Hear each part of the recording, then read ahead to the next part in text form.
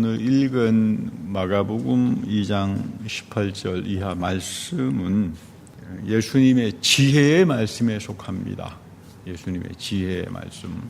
그러니까 우리가 성경 전체를 보면 성경 말씀에는 지혜의 장르가 있어요. 우리 구약에도 보면 지혜서, 잠언, 전도서, 지혜의 장르들이 있잖아요. 그 다음에 예언서의 장르가 있습니다. 우리 구약의 예언자들이 나오죠. 그리고 이 모든 것들 같이 제사장적인 장르가 있습니다. 그러니까 여러분, 하나님 말씀이 우리가 그냥 보기에는 잘 프린트가 돼가지고 그냥 한 목에 쉽게 되어 있는 것 같지만 굉장히 다양하고 복잡한 내용들이 쑥 들어와 있어요. 그리고 예수님 이 표현해 보면은 그 지혜서의 말씀들이, 잠언들이 들어와 있는데, 생배 조각을 낡은 옷에 붙이는 자가 없다, 이런 표현들이나, 이 새 포도주는 새 부대에 넣어야 된다. 그렇지 않으면 포도주도 망그러지고 이 부대도 이제 망그러진다. 근데 이런 그 예수님의 잠언, 지혜의 말씀을 쭉 들여다보면 특징이 기쁨이에요. 기쁨입니다. 이건 구약에도 별로 없어요. 예수님이 복음이 기쁜 음성이잖아요. 복된 음성이잖아요. 이 하나님의 선하고 복된 음식을 사람들이 들으면 즐거워집니다. 기쁨이 이제 나타난다. 그 잘 믿는 사람은 누군가? 그래서 예수님께서 보면 잔치집의 비유를 많이 이야기해요. 잘 믿는 사람은 상가집에 가서 이런 사람이 아니라, 슬퍼하는 사람이 아니라 잔치집에 가서 기뻐하는 사람이다. 혼자 기뻐하진 않잖아요. 잔치집에 가서 서로 격려도 해주고 서로 음식도 나누어 먹고. 그런데 이 점을 가장 못마땅하게 생각하는 사람들이 바리새파예요. 도대체 이해가 안 간다. 바리새파들은 회개 그러면 반드시 기본이 있어요. 너희들 회개할 수 있으려면 12시간 금식해야만 돼. 12시간 금식하는 것도 무슨 주스 마시고 물 마시고 하는 게 아니라 딱 12시간 굶습니다. 딱 그냥 굶어요. 그래야 너는 회개했다고 이야기할 수 있어. 이런 게 이제 바리새파들의 규율이거든요. 아마 오늘날 여러분들도 회개하려면 12시간씩 딱 굶고 물도 먹지 마시고 주스도 드시지 마시고 하라 그러면 아무도 안 할 겁니다. 또 안 하는 게 좋은 거고요. 그거는 회개가 아닙니다. 보면 바리새파에게는 회개는 하나님의 은혜의 빛으로 오는 게 아니에요. 내가 막 수련을 하고 막 열심히 하고 막 밥도 굶고 12시간 이렇게 해야 회개가 된다 생각하니까 이 회개 안에 담겨져 있는 하나님의 은혜의 빛이 없죠. 여러분, 원래 회개라고 하는 것은 하나님으로부터 오는 거예요. 하나님이 나에게 빛을 비춰주셔야 되잖아요. 말씀을 통해서 깨닫게 해주셔야 되잖아요. 성령으로 나를 인도해 주셔야 되잖아요.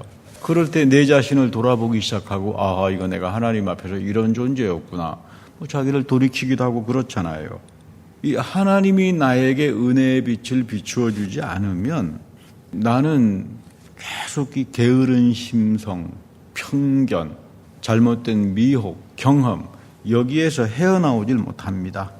이번 한 주간은 저는 하루 종일 무명훈습이라고 하는 말을 가지고 씨름을 했습니다. 무명훈습이다. 제가 만든 사자성어는 아니고요. 절친 중에 아주 굉장한 학자 친구가 하나 있어요.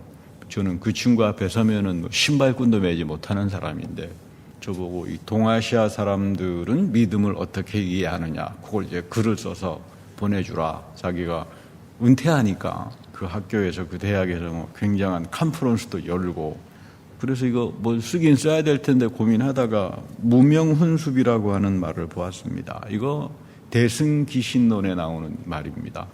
불교에서는 굉장한 경전이죠. 목사님 무슨 설교 시간에 불교 이야기를 합니까?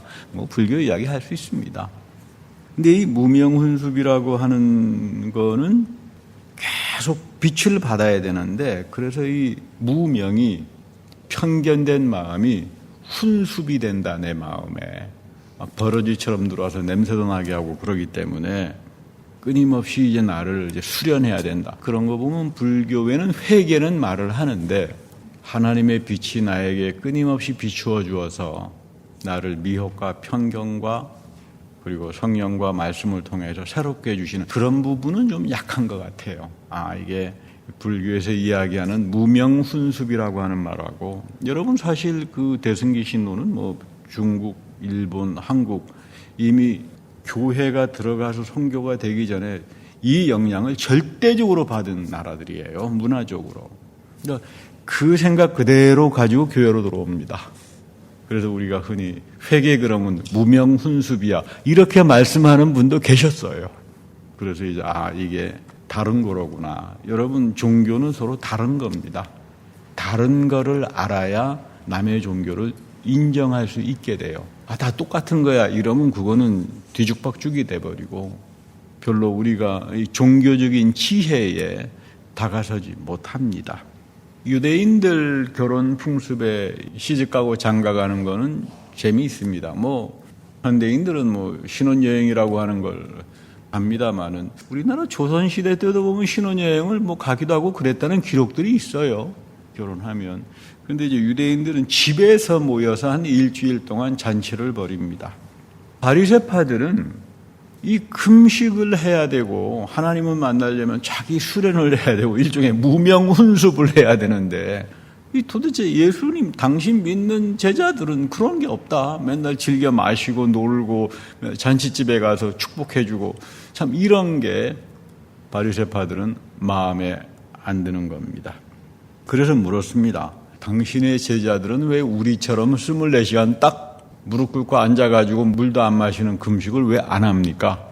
하나님은 믿는다 그러면서 하나님 나라를 이야기하면서 불만이 많은 거죠. 예수님의 가르침에 대해서. 그랬더니 예수님께서 재미있는 말씀하세요. 금식이라고 하는 건 신랑과 신부가 같이 있을 때 무슨 금식을 하나. 즐겁게 놀아야지. 축하도 하고 포도주도 마시고. 신랑과 신부가 헤어지면 그때 금식하는 거야. 그리워서. 괴롭고 하니까. 그러니까 회개는 신랑과 신부가 같이 있을 때는 안 합니다. 즐겁게 하는 건데 그리스도가 떠나죠. 십자가에 죽고. 그러나 부활하셔서 성령으로 다시 올 때는 우리가 회개도 하고 금식도 하겠지만 그 안에는 굉장히 신비한 기쁨이 있어요. 그래서 제가 여러분들에게 회개해야 된다. 회개가 은총이다. 굉장히 중요한 축복이다.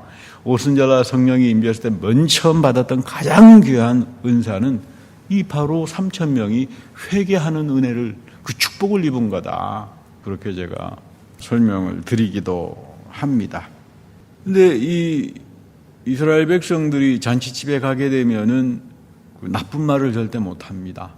신부가 아름답다. 신랑이 미남이다. 그렇게 해야 되겠죠. 노인네들을 만나도 나이가 많으면은 인생 종쳤다 이렇게 표현하면 안 돼요. 갈렙은 85세에 헤브론을 취했습니다. 이게 유대인들이 잔치집에서 만나면 노인네들에게 하는 이야기입니다. 그러니까 70세는 사춘기고 80세는 청년기입니다. 또 이렇게 또 표현도 한다 그래요. 어쨌든 이거는 유대인들 전통에서 나오는 잔치집에 가서 해야 되는 말들입니다. 기쁨을 주잖아요. 기쁨을 줍니다.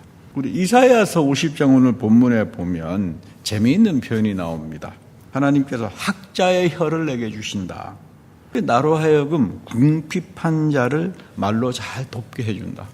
말로 초치는 사람들이 있잖아요. 근데 하나님의 성령과 은혜의 빛을 받은 사람은 학자의 혀를 갖게 됩니다.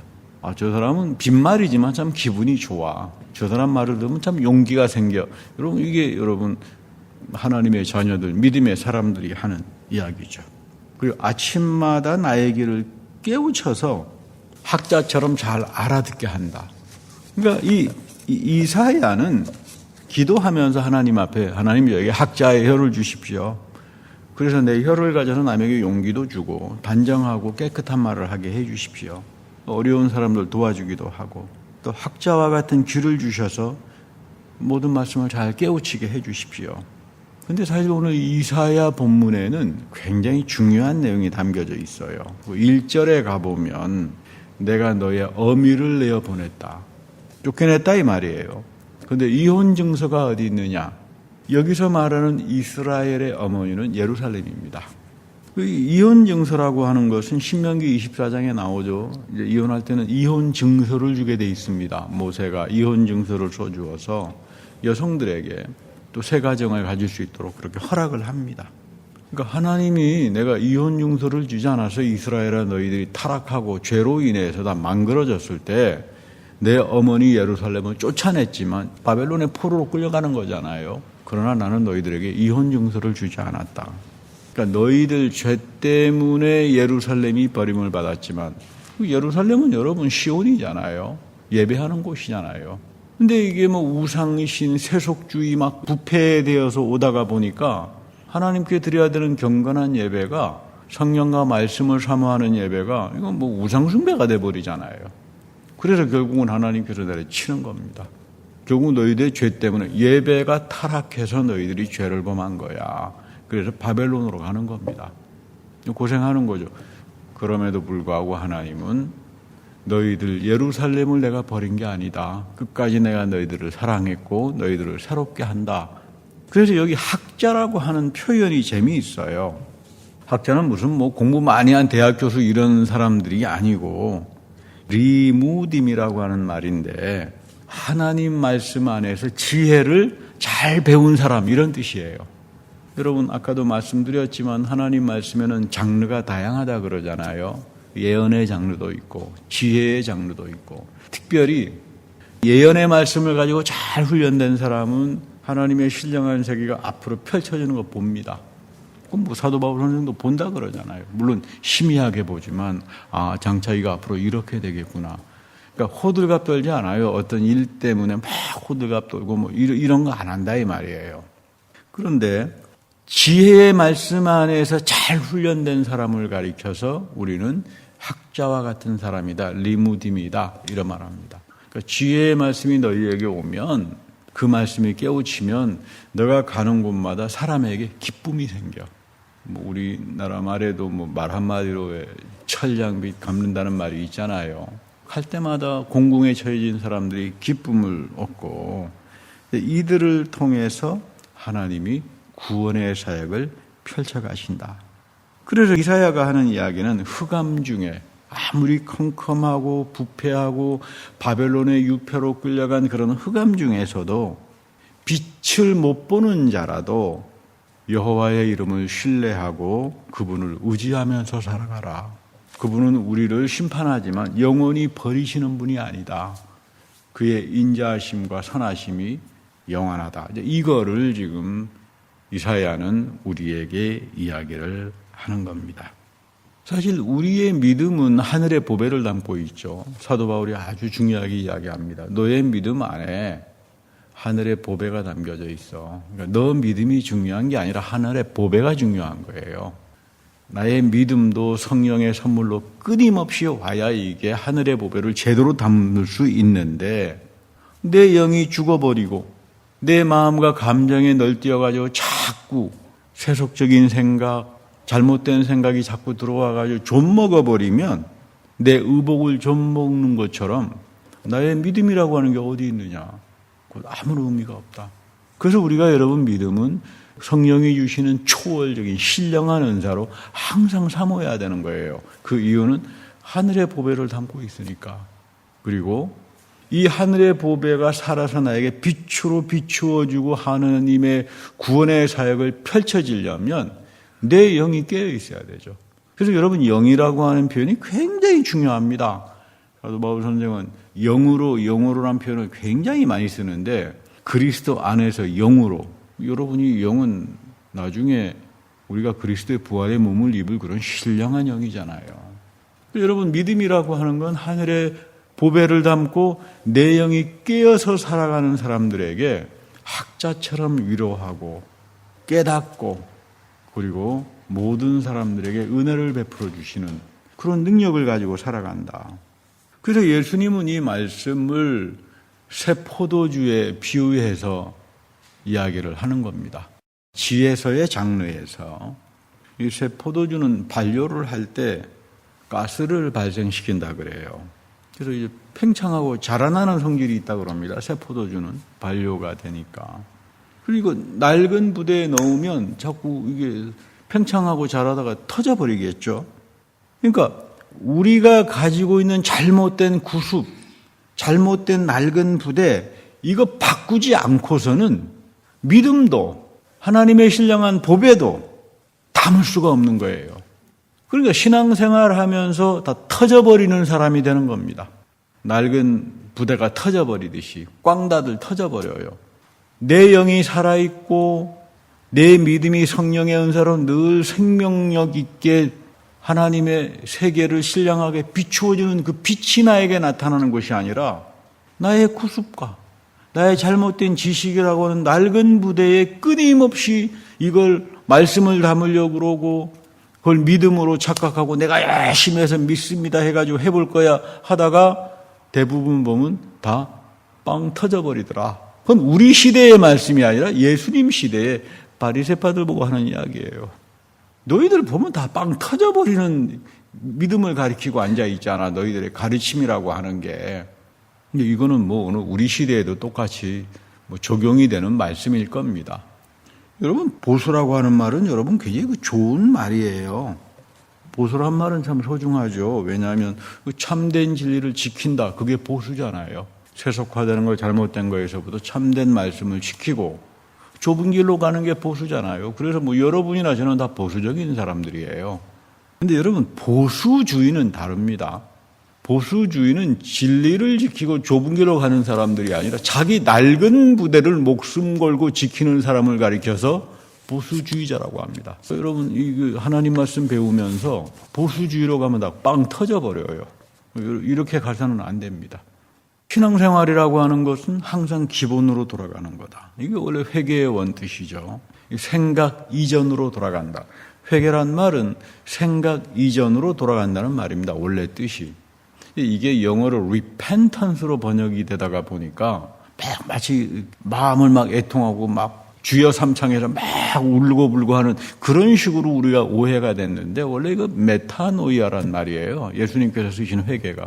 너 전인이 메타, 이전에 메타피직이란 말 쓰잖아요. 형이상학이라고. 노이아, 너 생각 이전으로 가야 돼. 그 말이에요. 내 삶 전체가 너가 흔히 낡은 부대를 가지고 살아갔던 그 삶 이전에 하나님의 사랑의 삶으로 되돌아가는 걸 가리켜서 회개라고 합니다. 그러니까 여러분, 이 회개가 얼마나 소중합니까? 굉장히 중요하죠. 하나님의 생명과 사랑으로 되돌아갈 줄 아는 게 믿음 생활의 그래마, 문법이잖아요.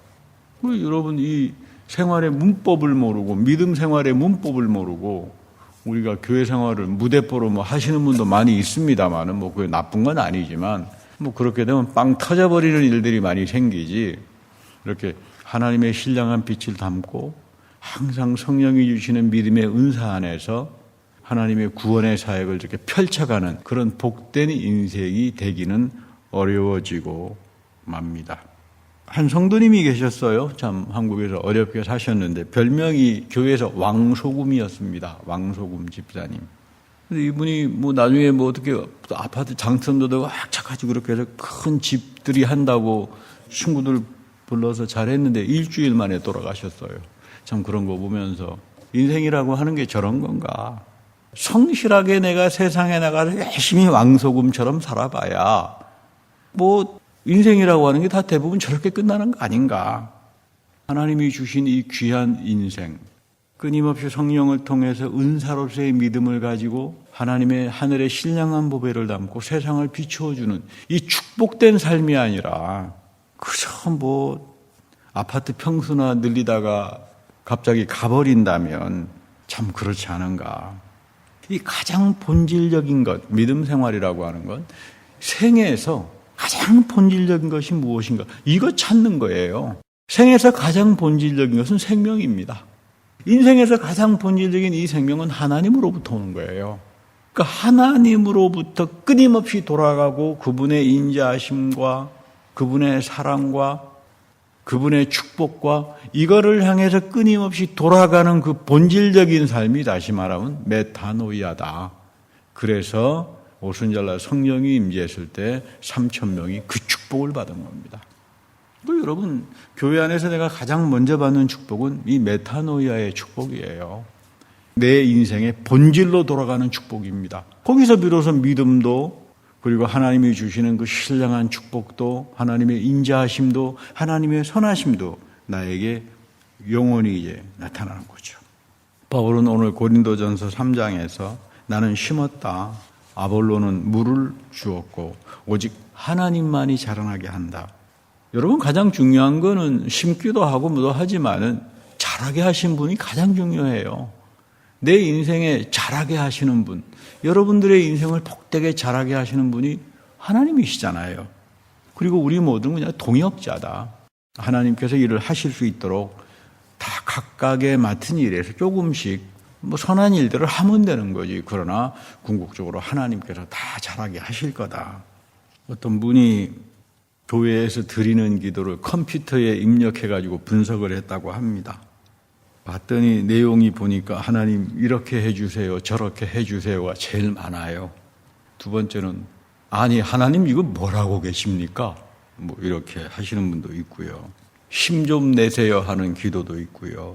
저런 나쁜 놈을 그냥 두십니까? 이런 기도도 있고, 저러는 자는 망해야 되겠지만 나처럼 믿음 좋은 사람은 복을 받아야 되지 않겠습니까? 이런 기도도 있고. 어떤 일에서 여러분 기도하는 건 좋은 일입니다. 간구도 하고 하는데 하나님만이 잘하게 하시는 영역은 건들지 말아야 돼요. 근데 우리는 너무 잘 건드려요. 너무 잘 건드려서 이게 부대가 뻥 터져버리고 맙니다. 정말 그 신령함을 담고 사는 사람들, 하나님이 나를 자라게 하잖아요. 여러분들의 믿음을 자라게 하잖아요. 그 자라는 믿음 속에 하늘의 신령한 보배를 담아주시잖아요. 이게 참 중요합니다. 인간의 일이라고 하는 것, 물론 심는 일도 있고 물 주는 일도 있고 또 하나님이 자라게 하면 거두는 일도 있고 다 우리는 복된 건 하지만 이 자라게 하는 일, 자 우리 다음 주부터는 사순절입니다. 회개하는 기절이죠. 40일간 예수님께서 어떻게 사셨나, 이것이 무슨 잘못된 금식이나 슬픈 이야기가 아니라 끊임없이 성령으로 우리에게 오시는 그 하나님의 메타노이아의 축복을 우리가 받는 거다. 이런 귀한 생각을 가지고 한 주간 복되게 사시기 바랍니다. 하나님 우리에게 은혜 베풀어 주셔서 학자처럼 말을 하고 하나님의 지혜의 말씀 안에서 말씀을 깨달아서 즐거움과 하나님의 구원의 축복을 나누어 주는 주님의 믿음의 사람들이 다 되게 하옵소서. 우리 구주 예수 그리스도의 이름으로 감사하며 기도드립니다. 아멘.